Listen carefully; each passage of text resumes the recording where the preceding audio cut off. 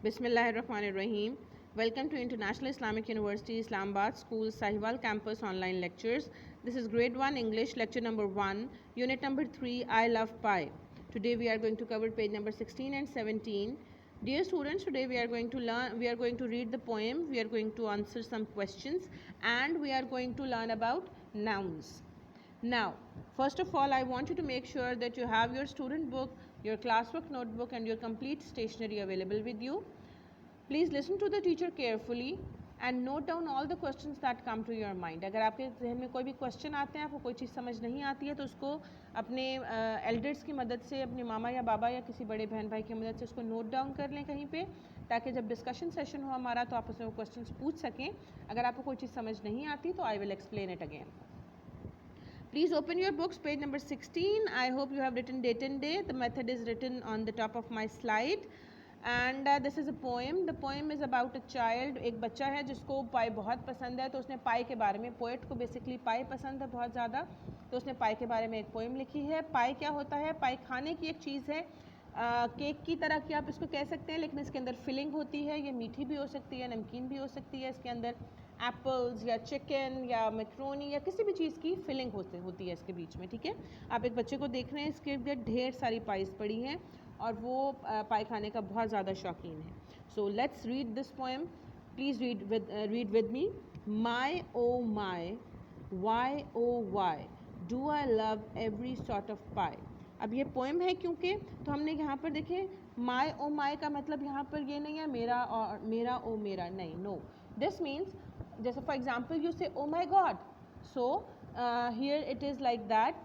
यहाँ पर हम वो अपनी हैरत को दिखाने के लिए, अपने वंडर्स को, अपने इमोशंस को दिखाने के लिए ये वर्ड यूज़ कर रहे हैं. माई oh my, why oh Y, यहाँ पर वाई ओ वाई दो दफ़ा क्यों आ रहा है? एक तो सेंटेंस वाई से स्टार्ट हो रहा है और वाई दो दफ़ा आ रहा है क्योंकि वो क्वेश्चन को बहुत ज़्यादा अपनी इसमें इमोशंस शो करने की कोशिश कर रहे हैं, अपनी बहुत ज़्यादा हैरत को शो करने की कोशिश कर रहे हैं. इस वजह से वाई दो दफ़ा यूज़ हुआ है. Why oh why do I love every sort of pie. Now this is one sentence. ये एक सेंटेंस है जिसके एंड पे क्वेश्चन मार्क आ रहा है. ये सेंटेंस वाई से स्टार्ट हो रहा है इनफैक्ट. ठीक है, डी से, डू से स्टार्ट नहीं हो रहा, क्योंकि डी आप देख रहे हैं कि यहाँ पर स्मॉल है. तो सेंटेंस कहाँ से स्टार्ट हो रहा है? Why oh why do I love every sort of pie. अब आगे पोएट जो है वो जिन पाइस को, जो पाइस उसको बहुत ज़्यादा पसंद है, डिफरेंट पाइस के नेम लिख रहा है. The first one is cheese pie, fish pie, mama's apple pie, chicken pie, pumpkin pie, aunties macaroni pie. ये डिफरेंट पाइस के नेम्स हैं जो उस पोएट को बहुत ज़्यादा पसंद है. Pie that's hot, pie that's cold, pie that's new, pie that's old. गर्म पाई फ्रेश जो होती है ओवन से निकली हुई, या फ्रिज में रखी हुई ठंडी पाई, पोएट को दोनों पसंद है. इसके अलावा आप यहाँ पर दो वर्ड जो हैं, that those are new and old. Now you know that पुराना खाना, it's nothing, there is no concept of eating something that is old. So here new and old means pies that are made with new methods. नए तरीक़ों से जो चीज़ें, जो price बनाई जाती हैं. फॉर एग्जांपल नई रेसिपीज़ आपकी मामा या घर में कोई ना कोई ट्राई करता रहता होगा. पहले केक डिफरेंट तरीके से बनता था, अब उसमें और डिफरेंट बहुत सारी नई चीज़ें ऐड करके उसको डिफरेंट तरीक़ों से बनाया जाता है. सो जो नए मेथड से पाई बनाई गई है दैट्स न्यू पाई. जो ओल्ड मेथड से, पुराने तरीक़ों से पाई बनाई गई है दैट्स ओल्ड पाई. सो यहाँ पर मेथड की बात है, new and old. Pie for breakfast, pie for tea, every meal is pie for me. अब यहाँ पर पोएट क्या कह रहे हैं कि मुझे हर खाने में पाई चाहिए, नाश्ते में, चाय के साथ, और हर खाने में मुझे पाई चाहिए. Very good. Now let's come to the questions. First we are going to read the poems again. हम दोबारा पोएम को भी पढ़ते हैं, लेकिन first let's come to the question. Read the poem fast, then read the poem slow, which sounds better. आपने अब देखना है कि आपको तेज़ी से पोएम पढ़ना अच्छा लगता है या आहिस्ता आहिस्ता आप उसको आप पढ़ेंगे तो अच्छा लगता है. आप उसको पढ़ के रीड करके देखेंगे कि आपको कौन सा मेथड अच्छा लगता है. Now read it with me. I my oh my, why oh why, do I love every sort of pie. Cheese pie, fish pie, mama's apple pie, chicken pie, pumpkin pie, aunties macaroni pie. Pie that's hot, pie that's cold, pie that's new, pie that's old, pie that's old, pie for breakfast, pie for tea, every meal is pie for me. अब ये मैंने जल्दी जल्दी में पढ़ा है, अब इसको हम आराम से पढ़ने की कोशिश करेंगे। माई ओ माई, प्लीज़ अपनी बुक्स पर pay attention to your books and put your fingers where I am reading. My oh my, why oh why, do I love every sort of pie. Cheese pie, fish pie, mama's apple pie, chicken pie, pumpkin pie, auntie's macaroni pie, pie that's hot, pie that's cold, pie that's new, pie that's old, pie for breakfast, pie for tea. Every meal is pie for me. अब हमने इस poem को slow पढ़ा, आपने बताना है, you are suppose to tell that which method you like best. आपको किस तरह से पोएम ये वाली पढ़नी आपको अच्छी लगी, इन द फास्ट मेथड और in the slow method. You are not suppose to write it down, आपने इसका आंसर लिखना नहीं है, आपने सिर्फ बताना है।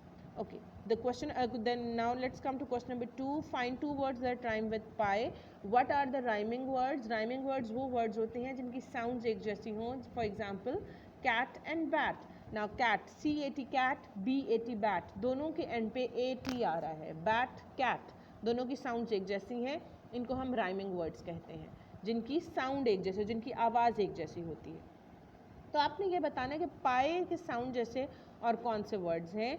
यहाँ पर इस पोएम में पाए, माए, वाई, तीनों की साउंड आप देखें एक जैसी है। पाए, माए, वाई, इनके एंड पे आई जैसी साउंड आ रही है, ठीक है। Pie, my, why. So you will write my and why in front of question number 2। Question number 2 के सामने आप पेंसिल से माई और वाई लिखेंगे। Now let's come to question number 3. Which words rhyme with cold? Cold के साथ कौन सा word rhyme करता है, ये अभी आप poem में से ही देख रहे हैं, ठीक है। Cold का कौन सा rhyming word है, you have to find it from the poem.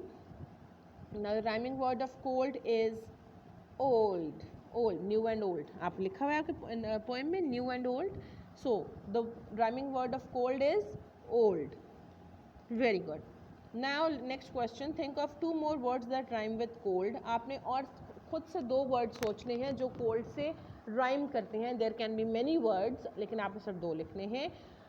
For example bold, cold, hold, mould, sold, ये सब राइमिंग वर्ड्स हैं। So I have written two here, bold, gold, ठीक है। ये दो राइमिंग वर्ड्स हैं कोल्ड के। These are two rhyming words of cold.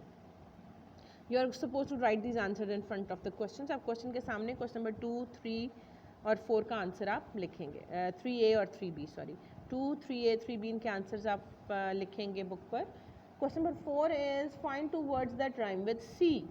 सी के साथ दो वर्ड्स आपने लिखने हैं जो राइम करते हों। मी, वी, दो वर्ड्स कौन से हो सकते हैं, मी एंड वी। इसके अलावा टी, पोएम में अगर आप देखते हैं तो टी भी एक वर्ड है, मी एंड टी, TEAT आपके पोएम में, आप इसको बुक पर लिखेंगे इसका आंसर को भी। Next one is what does the poet eat for lunch, how do you no. Poet lunch में क्या खाना पसंद करता है और आपको कैसे पता है ये, इसका आंसर लिखने की ज़रूरत नहीं है। You are just suppose to discuss it. How do you know कि पोएट को क्या पसंद है खाने में, लंच में। Yes, the poet likes to eat pie. Poet को pie बहुत पसंद है क्योंकि उसको pie बहुत पसंद है। And he is saying that pie for breakfast, pie for tea. मुझे नाश्ते में भी pie अच्छी लगती है, चाय के साथ भी pie अच्छी लगती है। Pie, every meal is pie for me, और हर खाना मेरे लिए pie है। तो हर खाने में every meal means उसमें lunch भी आ जाता है, उसमें dinner भी आ जाता है, उसमें breakfast भी आ जाता है। So the poet wants pie for every meal. हर खाने के लिए उसको pie चाहिए। Question number 6 is what do you like about this poem?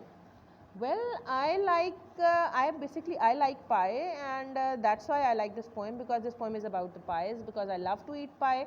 You can say that. Otherwise there are many rhyming words used in this poem. इसमें rhyming words बहुत सारे और बहुत मज़े मज़े के यूज़ हुए हैं। So I can also say that I like this poem because many rhyming words are used in it. आपके अपने रीज़न हो सकते हैं। You are suppose to tell your own reason that why do you like this poem, आपको क्या अच्छा लगा इस पोएम में। Okay, now let's come to the language part and it is very easy. We are going to discuss nouns today. Nouns क्या होते हैं, nouns किसी भी चीज़ के नेम को नाउन कहते हैं। For example Ali, Aamna, cat, dog, Sahiwal, city, Pakistan, pencil, eraser, lace, chips, glass, bottle, table, chair. किसी भी इस दुनिया में जितनी भी चीज़ें हैं, किसी भी चीज़ का जो नेम होता है उसे हम नाउन कहते हैं। किसी भी चीज़ के नेम को नाउन कहते हैं। Words which name people, things, places and animals are called nouns. ऐसे वर्ड्स जो चीज़ों को, जगहों को, एनिमल्स को, डिफरेंट चीज़ों के नेम्स जो शो करते हैं उनको हम नाउन कहते हैं। Examples are boy, Ali, cat, school, Sahiwal, city, lace, chocolate, all these are examples of nouns. Now in this picture a boy is playing, a boy is playing. Now what are the nouns in this picture? Football, shirt, shoes, socks, boy, ears, eyes, hands, ये सब nouns हैं। जो भी चीज़ों के नाम इसमें, इस बच्चे का अपना नाम, ये boy है, he is a boy, so boy is a noun. Football is a noun. His green shirt is a noun. Black shorts are noun. Shoes are noun. Socks are noun. Hairs are noun. Hair is a noun. Eyes is a noun. Nose is a noun. So everything जिसका कोई name है वो noun होता है. Okay, I hope it is clear to you. We are supposed to do one last question today, and that is we are going to add more words to these lists. एक ये lists हैं आपके पास जिनमें हमने nouns add करने हैं. Nouns आपके पास यहाँ पर on your page number 17 आपके पीच बॉक्स में nouns given है. आपने उनमें से इन boxes में nouns लिखने हैं. आपने बताना है कि ये noun चीज़ें हैं, लोग हैं, animals हैं या places हैं. Now our first word is pie. First word is pie. Pie क्या है? पाई चीज़ का नाम है. So I will write it in the things portion. आप थिंग्स के नीचे पाई लिखेंगे. It is already written. ये it is your example because. So next word is school. School चीज़ का नाम है, जगह का नाम है या किसी का नेम है. स्कूल इज़ अ प्लेस, जगह का नाम है. It is a place. So I will write it under the in the last column under the place. Next is Maria. Maria is name of something, a person. People कहते हैं लोगों को, तो people में मारिया आएगा बिकॉज मारिया किसी पर्सन का नेम है. Next is cat. Cat is an animal. आप इसको थर्ड कॉलम में लिखेंगे. राइस, चावल. What are rice? Rice will come in under the in the first column under the heading of things. चीज़ों में से किसी चीज़ का नाम है rice. Next is Islamabad. Islamabad is a place. Daddy. Daddy लोगों में, आपके बाबा का नाम है, आपका अपने बाबा को डैडी कहते हैं, तो लोग पीपल में आता है daddy. Next is Sadar. Sadar is also name of a place. Car. Car चीज़ का नाम है. गर्ल. गर्ल लोगों, पीपल में आएगा girl because it is a person. Book. Book is also a thing. Market. Market जगह का नाम है. So these are the words. आप इनको you can pause the video and write down all these words in the columns on page number 17. You are going to do this question on the book. You are not suppose to write it on the notebook. Okay, that's it for today. Now it's time for your homework. You are going to do your workbook page number 10 and 11. Page number 10 and 11. Now what you are going to do here is I will explain this on page number 10. Find at least 4 things in the classroom. Write the nouns in the clouds. आपने अपनी classroom में जो आपके nouns चीज़ों के name हैं वो आपने clouds में लिखने हैं. For example boys, girls, table, chair, pencil, door, window, ये सब nouns हैं. आप कुछ भी लिख सकते हैं. Use one of your noun in the sentence. आपने एक noun को sentence में लिखना है. जैसे for example this is a chair, I am sitting on a chair. कुछ भी हो सकता है. Find at least 4 things at home. आप आपके अपने घर में से 4 चीज़ें, कोई भी नाउन्स ढूंढ के यहाँ पर बॉक्स में लिखने हैं और उनमें से एक को सेंटेंस में यूज़ करना है. नेक्स्ट वन इज़ आपने इनको अल्फ़ाबेटिकल ऑर्डर में लिखना है. फॉर एग्जाम्पल अल्फ़ाबेटिकल ऑर्डर क्या होता है? ABCDEF, ये अल्फ़ाबेटिकल ऑर्डर है. तो आपने यहाँ पर लिखना है. जैसे फॉर एग्जाम्पल पहला है आपका S. S से पहले क्या आता है, S के बाद में क्या आता है.